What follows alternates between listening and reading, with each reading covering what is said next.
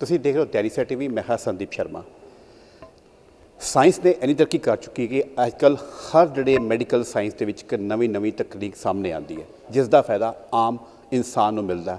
ਜਿਸ ਦੀ ਜਿੰਨੀ ਮਰਜ਼ੀ ਵੱਡੀ ਬਿਮਾਰੀ ਜਾਂ ਰੋਗ ਕਿਸੇ ਇਨਸਾਨ ਨੂੰ ਹੋਵੇ ਤੇ ਲੇਕਿਨ ਅੱਜ ਜਿਹੜੇ ਇੰਡੀਅਨ ਡਾਕਟਰ ਹੈ, ਭਾਰਤੀ ਡਾਕਟਰ ਹੈ, ਉਸ ਬਿਮਾਰੀ ਨੂੰ ਨਜਿੱਠਣ ਲਈ ਸਾਡੇ ਦੇਸ਼ ਨੂੰ ਆਜ਼ਾਦ ਹੋਏ 76 ਸਾਲ ਹੋ ਗਏ, ਪਰ ਕਈ ਚੀਜ਼ਾਂ ਵਿੱਚ ਅਜੇ ਵੀ ਸਾਨੂੰ ਆਜ਼ਾਦੀ ਨਹੀਂ ਮਿਲੀ। ਜਿਵੇਂ ਕਿ ਸਰਕਾਰੀ ਦਫ਼ਤਰਾਂ 'ਚ ਆਮ ਲੋਕਾਂ ਲਈ ਧੱਕੇ, ਬਦ ਇੰਤਜ਼ਾਮੀਆਂ, ਖੱਜਲ ਖੁਆਰੀਆਂ। ਆਜ਼ਾਦੀ ਦੀ ਜੰਗ ਜਿਹੜੀ ਸੀ ਉਹ ਸਾਡੀਆਂ ਅਗਲੀਆਂ ਪੀੜ੍ਹੀਆਂ ਦੀ ਜ਼ਿੰਦਗੀ ਨੂੰ ਸੌਖੀ ਕਰਨ ਵਾਸਤੇ ਲੜੀ ਗਈ ਸੀ, ਨਾ ਕਿ ਇਸ ਗੱਲ ਵਾਸਤੇ ਕਿ ਸਾਡੇ ਚਾਚੇ, ਤਾਏ, ਪਿਓ, ਦਾਦੇ ਸਰਕਾਰੀ ਦਫ਼ਤਰਾਂ ਦੇ ਧੱਕੇ ਖਾਣ। ਸ਼ਹੀਦ ਆਜ਼ਮ ਸਰਦਾਰ ਭਗਤ ਸਿੰਘ ਹੋਰਾਂ ਜੀ ਦੇ ਸੁਪਨਿਆਂ ਨੂੰ ਸਾਕਾਰ ਕਰਨ ਲਈ ਪੰਜਾਬ ਸਰਕਾਰ ਨੇ ਫੈਸਲਾ ਕੀਤਾ ਕਿ ਪੰਜਾਬ ਦੇ ਲੋਕਾਂ ਨੂੰ ਹੁਣ ਸਰਕਾਰੀ ਦਫ਼ਤਰਾਂ ਦੇ ਗੇੜੇ ਨਹੀਂ ਕੱਢਣੇ ਪੈਣਗੇ। ਸਰਕਾਰੀ ਦਫ਼ਤਰ ਖੁਦ ਚੱਲ ਕੇ ਤੁਹਾਡੇ ਘਰ ਆਉਣਗੇ। ਹੁਣ ਸਰਕਾਰੀ ਦਫ਼ਤਰਾਂ ਦੇ ਚੱਕਰ ਕੱਟਣ ਦੀ ਲੋੜ ਨਹੀਂ, ਬਸ ਡਾਇਲ ਕਰੋ 1076 ਅਤੇ ਸਰਕਾਰੀ ਸਹੂਲਤਾਂ ਆਪਣੇ ਘਰ ਵਿੱਚ ਹੀ ਪਾਓ।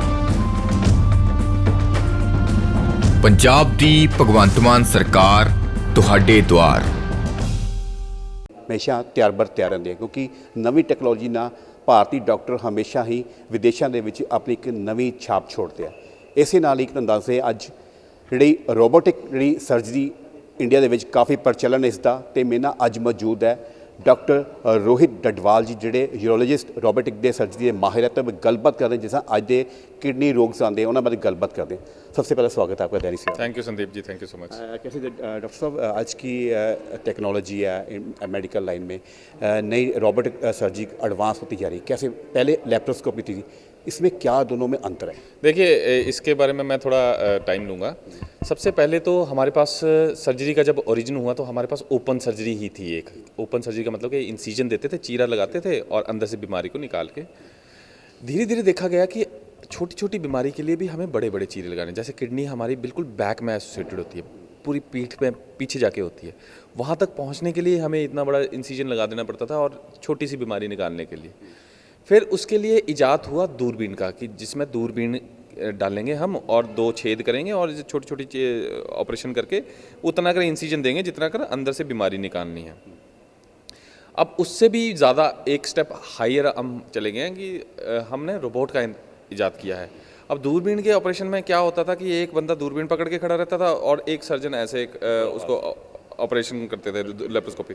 उसमें मूवमेंट्स बड़ी लिमिट हो जाती हैं आपकी, कि आप पकड़ के ऐसे ऐसे कर सकते हैं, या स्ट्रेट आगे पीछे रिट्रैक्ट, और 3 तरह से, या तो कट कर लो, या फिर आगे पीछे कर लो, या ऊपर नीचे कर लो।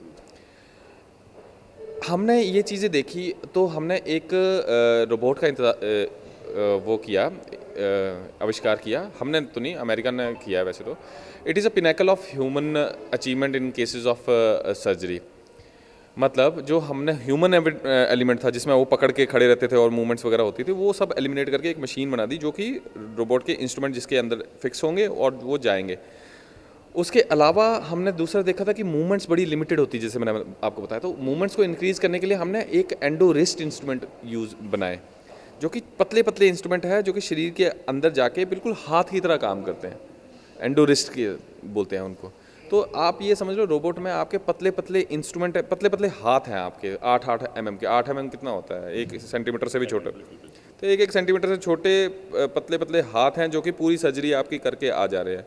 उसके अलावा जो इनका स्कोप है, जो इनकी मैग्नीफिकेशन है, स्कोप मैंने बताया था, इनका जो दूरबीन है वो 10 गुना ज़्यादा देखती है नेकेड आई से। जितना हम देखते हैं उससे 10 गुना ज़्यादा मैग्नीफाइड व्यूज़ में देखती है, और 3 डायमेंशनल व्यू देती है, डेप्थ परसेप्शन देती है। इससे क्या होता है कि किसी भी स्ट्रक्चर को काटना, जिसको हम काटना नहीं चाहते, या फिर जिस जगह से हमने जाना है, जहाँ से प्लेन बना के जैसे जैसे सर्जरी करनी है, उसको लॉस करने के चांसेस, या किसी अनवांटेड स्ट्रक्चर को कट करने के चांसेस लीस्ट हो जाते हैं, जिससे रिकवरी बहुत फास्ट होती है। ब्लड लॉस बहुत कम है, रिकवरी इज़ वेरी फास्ट।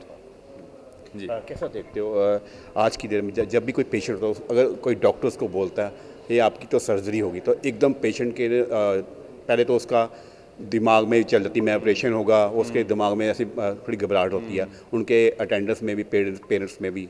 तो कैसा देखते हो आज रोबोटिक जो सर्जरी होती, तो मैं आई थिंक एक दिन में उसको डिसाइड कर। देखिए, नोबडी, पहले मैं बताना चाहूँगा, नोबडी वांट्स कि सर्जरी ही हो, बट कुछ चीज़ों का इलाज सर्जरी ही होता है, राइट। कोई नहीं चाहता कि उनकी सर्जरी ही हो जाए, कोई नहीं चाहता कि मेरी सर्जरी कर दो, मेरा दिल किया हुआ आज सर्जरी कराने का। बट कुछ प्रॉब्लम्स हैं जिसका इलाज सर्जरी ही है, जैसे कि कुछ ट्यूमर्स होंगे, उनको ऑपरेट करके ही निकालना पड़ेगा और कोई ऑप्शन नहीं है। इस मामले में मैं आपका जवाब, इस प्रश्न का जवाब इस तरह से दूंगा कि मोस्टली पेशेंट्स जो मेरे पास आते हैं वो आते हैं जो कि किसी से सुन के आए हैं, जिसने की है, जिसने मेरे से कराई है, जिसका मैं ऑपरेट कर चुका हूँ, वही मैक्सिमम पेशेंट भेजता है। इतनी सेटिस्फेक्शन लेवल इसकी हाई है। संदीप जी, आप समझिए जैसे कि एक आप मान लीजिए एक फल की दुकान है, या फिर किसी वो फल अच्छा दे रहा है, या फिर कोई बिजनेस अच्छा कर रहा है, तो वही उसके कस्टमर ही आगे से आगे उसी तरह से रोबोटिक सर्जरी जो भी करा के गया है वो आगे ज़रूर बताते हैं, एंड आगे पेशेंट्स मेरे पास आते रहते हैं उनकी जी उन्होंने भेजा है। क्यों आते हैं? क्योंकि वो सेटिस्फाई होके जाते हैं। जो प्रोस्टेट का कैंसर का, जैसे मैं बता रहा था, प्रोस्टेट कैंसर में पहले इतना बड़ा चीरा देते थे और कॉम्प्लिकेशन, जो पेशाब लीक हो ही जा रहा है, पेशाब का रास्ता बंद हो गया, ये सारी चीज़ें होती थी। बट अब रोबोटिक सर्जरी करने के बाद पेशेंट, कई बार तो ऐसा होता है, पेशेंट से मैं मिलने जाता हूँ पोस्ट ऑप में, तो पेशेंट ये पूछते हैं मेरे से, हो गया सर्जरी, होगी, पता भी नहीं लगा।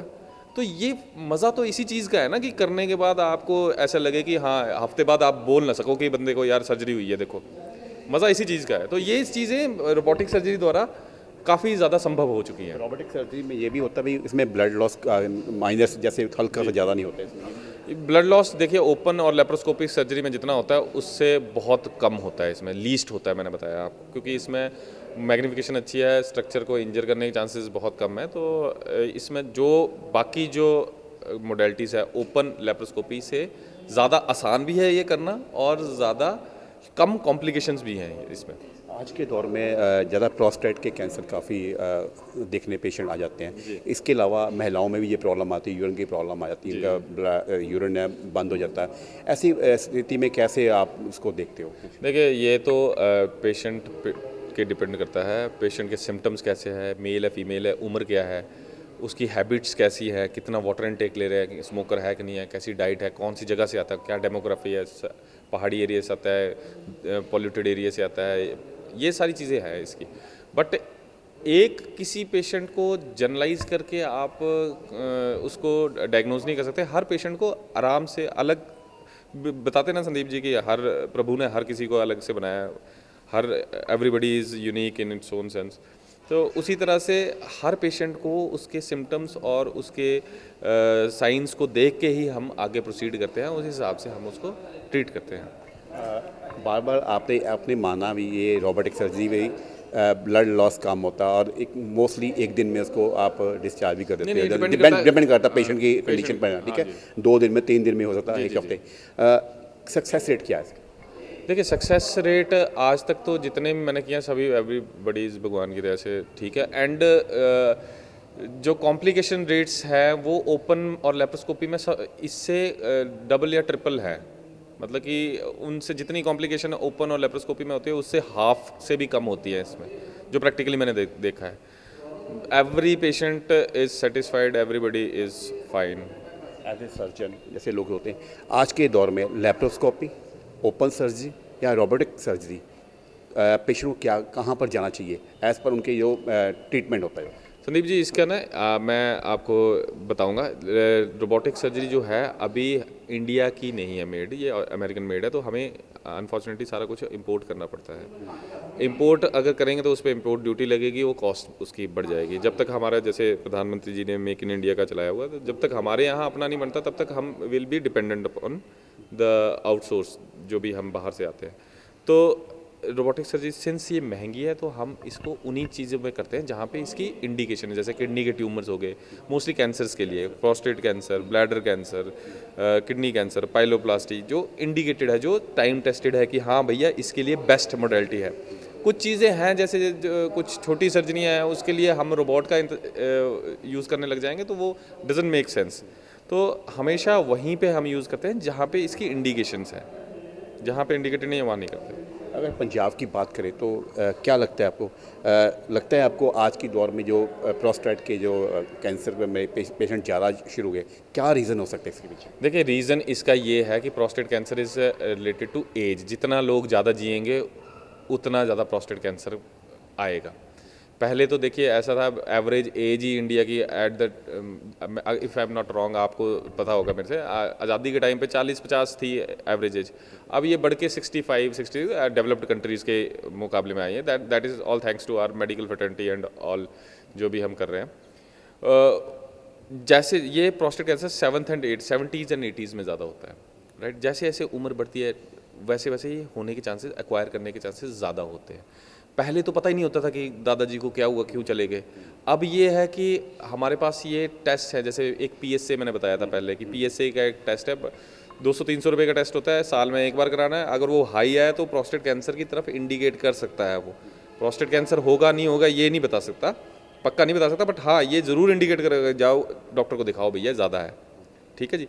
तो ऐसे कुछ रूटीन टेस्ट हैं जो कि हर पर्सन को कराने चाहिए आफ्टर सर्टेन एज, 50s-60s में आके अपने रूटीन इन्वेस्टिगेशन इवैल्यूएशन करा लेनी चाहिए, जिससे आप दवाइयों से या फिर दवाइयों से ट्रीट कर ले, या फिर जो भी चीज़ है। अब देखिए कोई भी ट्यूमर का इलाज है वो पहले से ही पता है हमें, 20-30 साल पहले पता लग गया था।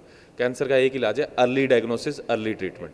फैल गया तो कोई डॉक्टर कुछ नहीं कर सकता, राइट। तो हमें रूटीन टेस्ट में ये देखते रहना है, क्योंकि most of the cancers are asymptomatic, कोई सिम्टम नहीं होता। तो हमें रूटीन टेस्ट देख के ये देखते रहना कि हमारे अंदर कोई चेंज तो नहीं आ रही है, कोई दिक्कत तो नहीं हो रही है हमें। ਸੋ ਇਹ ਸਨ ਡਾਕਟਰ ਰੋਹਿਤ ਡਡਵਾਲ ਜੀ। ਤੁਹਾਨੂੰ ਦੱਸ ਦਈਏ ਕਿ ਰੋਬੋਟਿਕ ਸਰਜਰੀ ਦੇ ਮਾਹਿਰ ਹੈ ਡਾਕਟਰ ਰੋਹਿਤ ਡਡਵਾਲ ਜੀ, ਔਰ ਅੱਜ ਜਿਹੜੀ ਲੁਧਿਆਣਾ ਵਿੱਚ ਵਿਸ਼ੇਸ਼ ਤੌਰ ਤੇ ਪੱਤਰਕਾਰਾਂ ਰੂਬਰੂ ਹੋਇਆ, ਔਰ ਪ੍ਰੋਸਟੇਟ ਜਿਹੜੀ ਹਰ 55 ਜਾਂ 50 ਸਾਲ ਤੋਂ ਜਿਹੜੀ ਏਜ ਤੋਂ ਜਿਹੜੀ ਹਰ ਇਨਸਾਨ ਨੂੰ ਇਸ ਬਿਮਾਰੀ ਨਾਲ ਕਿਸੇ ਨਾ ਕਿਤੇ ਆ ਕੇ ਇਸ ਦਾ ਜੂਝਣਾ ਪੈਂਦਾ, ਤੇ ਇਸ ਬਿਮਾਰੀ ਤੋਂ ਨਿਜਾਤ ਪਾਉਣ ਲਈ ਇੱਕ ਰੋਬੋਟਿਕ ਸਰਜਰੀ ਜਿਹੜੀ ਇੰਡੀਆ ਭਾਰਤ ਦੇ ਵਿੱਚ ਲਾਂਚ ਹੋ ਚੁੱਕੀ ਹੈ। ਤੇ ਇਸ ਤਰ੍ਹਾਂ ਦੇ ਇਲਾਜ ਜਿਹੜੇ ਪ੍ਰੋਸਟੇਟ ਦੇ ਹੁੰਦੇ, ਕੈਂਸਰ ਹੁੰਦੇ ਜਾਂ ਹੋਰ ਯੂਰਨ ਦੀ ਪ੍ਰੋਬਲਮ ਆਉਂਦੀ, ਤਾਂ ਇਹਨਾਂ ਦੀ ਸਰਜਰੀ ਵਾਸਤੇ ਰੋਬੋਟਿਕ ਸਰਜਰੀ ਇੱਕ ਐਡਵਾਂਸ ਟੈਕਨੋਲੋਜੀ ਹੈ, ਜਿਸ ਨਾਲ ਪੇਸ਼ੈਂਟ ਨੂੰ ਬਿਨਾਂ ਖੂਨ ਲਾਸ ਕੀਤੇ ਉਹਦਾ ਇਲਾਜ ਜਲਦੀ ਔਰ ਕੁਛ ਹੀ ਦਿਨਾਂ ਵਿੱਚ ਹੋ ਕੇ ਉਹਨੂੰ ਘਰ ਵਾਪਸ ਭੇਜਿਆ ਜਾ ਸਕਦਾ ਹੈ। ਸੋ ਇੰਡੀਅਨ ਮੈਡੀਕਲ ਨੇ ਕਾਫੀ ਤਰੱਕੀ ਕੀਤੀ, ਤਾਂ ਉਸ ਦਾ ਫਾਇਦਾ ਹਰ ਇਨਸਾਨ ਨੂੰ ਵੀ ਮਿਲਦਾ ਹੈ। ਕੈਮਰਾਮੈਨ ਸਨੀ ਮੋਤਾ ਨਾਲ ਸੰਦੀਪ ਸ਼ਰਮਾ, ਡੈਲੀ ਸਵੇਰ TV, ਲੁਧਿਆਣਾ।